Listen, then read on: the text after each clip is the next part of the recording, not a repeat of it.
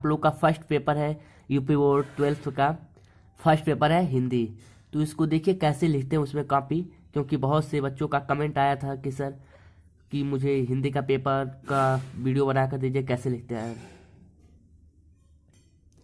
अगर आप लोग चाहते हो कि मैं आप लोगों का कमेंट पर ध्यान दूं तो आप लोग मुझे यूट्यूब पर कमेंट करें, क्योंकि मैं व्हाट्सअप बहुत कम ही ओपन करता हूं, तो इसलिए आप लोग मुझे यूट्यूब पर कमेंट करेंगे तो आप लोगों को कमेंट के हिसाब से आप लोग को वीडियो मिलता रहेगा। तो चलिए शुरू करते हैं। हिंदी प्रथम प्रश्न पत्र में कैसे लिखते हैं। सबसे पहले हम आपको बताते हैं संदर्भ प्रसंग व्याख्या कैसे लिखते हैं।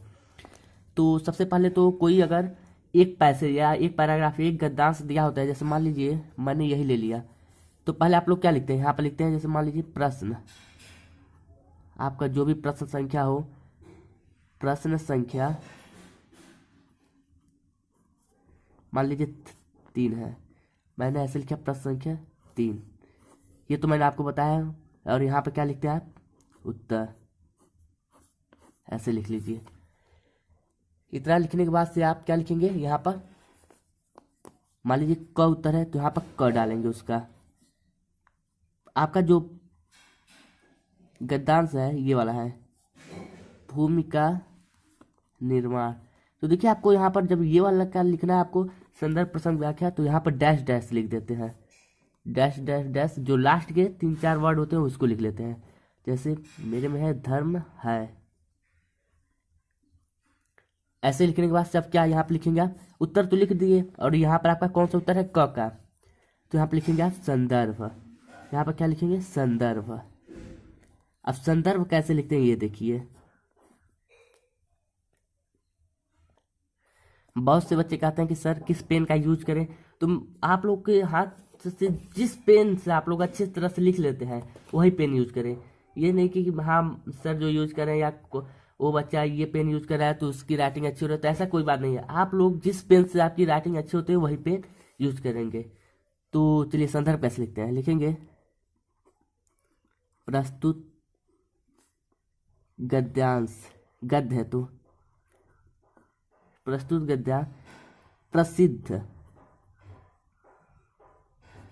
साहित्यकार, ये सभी चैप्टरों के लिए है। जो मैं लिखवा रहा हूँ ये संदर्भ, ये आप सभी चैप्टर में ऐसे ही लिखेंगे, किसी भी चैप्टर का है, बस आप वहाँ पर आपके पाठ का नाम बदलेगा और क्या बदलेगा, लेखक का नाम, प्रसिद्ध साहित्यकार। यहाँ पर जो साहित्यकार हो, जैसे मैं आपके राष्ट्र स्वरूप के चैप्टर से लेकर चल रहा हूँ तो उनका नाम लिख रहा हूँ। जैसे कि आपके हैं डॉक्टर वासुदेव, डॉक्टर वासुदेव शरण, यहाँ पर शरण अग्रवाल।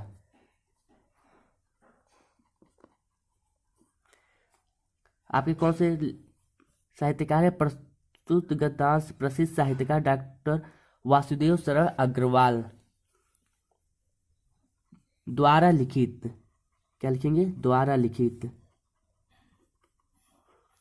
द्वारा लिखित। कौन सा चैप्टर है आपका, ये राष्ट्र का स्वरूप लिखे हैं, तो इसको भी आप इन्वर्टेड कामा में लिखेंगे और ब्लैक पेन से, राष्ट्र का स्वरूप, राष्ट्र का स्वरूप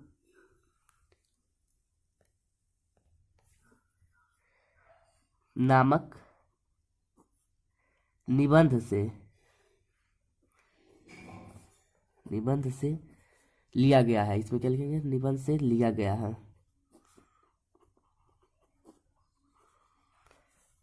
अब फिर से इसके बाद से लिखेंगे, यहाँ पर खड़ी पाई लगाने के बाद, यह निबंध हमारी पाठ्य पुस्तक, हमारी पाठ्य पुस्तक, आपकी पाठ्य पुस्तक का क्या नाम है, गद्य गरिमा। तो यहाँ पर लिखेंगे गद्य गरिमा,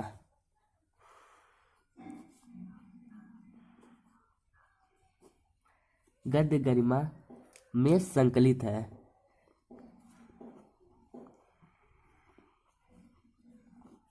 में संकलित है। तो ये आपका हो गया संदर्भ कैसे लिखते हैं। जैसे कोई पैसे लिखे उसके बाद ये उसका ये संदर्भ लिख लिए। अब चलिए देखते हैं ये देखिए मैं यहाँ पर जो ये डैश किया हूँ ये इसलिए किया हूँ क्योंकि जब अगर कोई वर्ड आधा पर छूट जाता है तो आप ऐसे डैश करके यहाँ से फिर से उसी में लिख रहे हैं, ये सब एक ही में था। तो उसके बाद से आपका है संकलित है, ये हो गया। अब चलिए देखिए प्रसंग कैसे लिखते हैं, प्रसंग कैसे लिखा जाता है वो देखते हैं। ये तो आपका संदर्भ हो गया। अब आप क्या करेंगे, हर चैप्टर में केवल यहाँ पर ये सब ऐसे ही लिखेंगे, यहाँ पर बस आपका ये चैप्टर का नाम बदलेगा, उस हिसाब से यहाँ पर लेखक का नाम बदलेगा। तो ये तो आपका केवल गद्यांश के लिए। तो चलिए प्रसंग देखते हैं कैसे लिखते हैं। प्रसंग के लिए आप एक लाइन बीच में छोड़ देंगे, प्रसंग डालेंगे।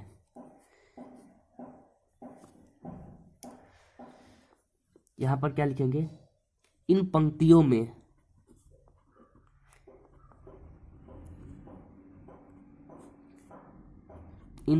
में लेखक ने, अब जो भी हो यहाँ पर उस हिसाब से जितना वर्णन किए हो, जो इस चीज़ का वर्णन किए हो, बस उसको 60 में 2 लाइन में लिखना है। बस 60 में प्रसंग में बस उसको 60 में 2 लाइन में लिखना होता है।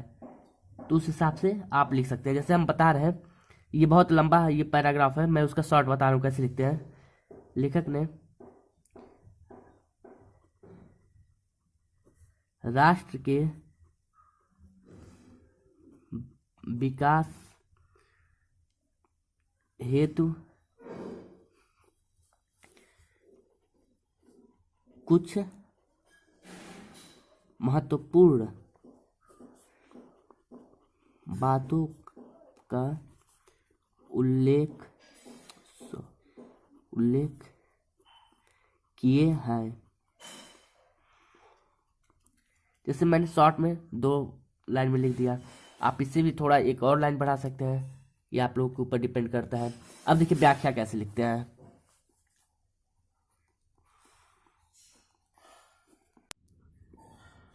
अब व्याख्या जब लिखेंगे तो लिखेंगे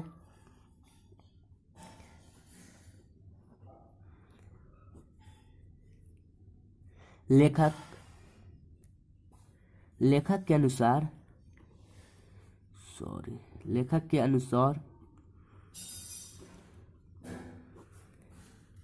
किसी राष्ट्र का, अब यहाँ से लेखक के अनुसार लिखने के बाद यहाँ पर जो पैराग्राफ है उसके हिसाब से ये पूरा आप उसी का डिस्क्रिप्शन वर्णन करते जाएंगे। पूरा कम से कम 6, 7, 8 लाइन जितना बड़ा पैराग्राफ है उसके हिसाब से लिखेंगे। तो ये आपका हो गया संदर्भ प्रसंग व्याख्या लिखते हैं कैसे।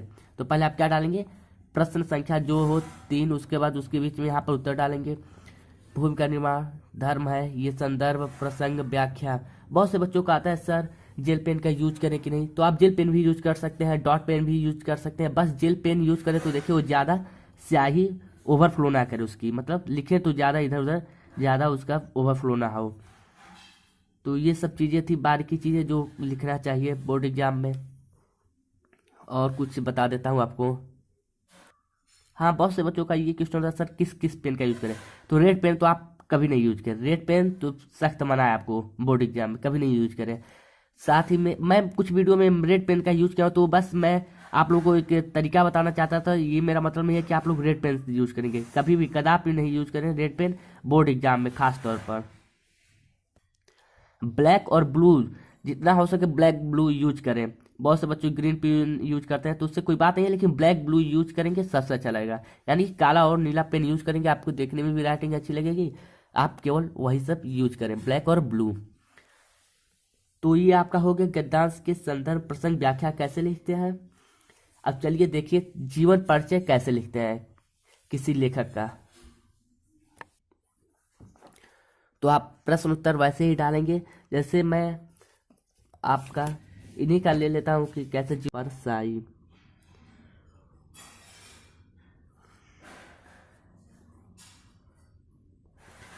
देखिए इंटर लेवल पर जो होता है आपको जीवन परिचय महत्वपूर्ण नहीं होता है, उनका साहित्यिक परिचय, यानी कि उनका साहित्य में क्या योगदान था सबसे इम्पोर्टेंट यही होता है।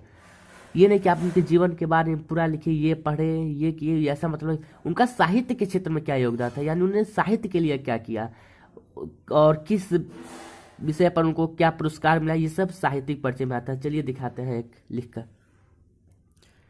ये लिखने के बाद मान लीजिए ये आपका ऑप्शन क ही था, यहाँ पर लिखेंगे आप जीवन परिचय। जीवन परिचय भी लिखना पड़ता है, लेकिन ज़्यादा नहीं, शॉर्ट फॉर्म में। जीवन परिचय हेडिंग डालने के बाद आप इसमें जो दिया हो वो लिख सकते हैं।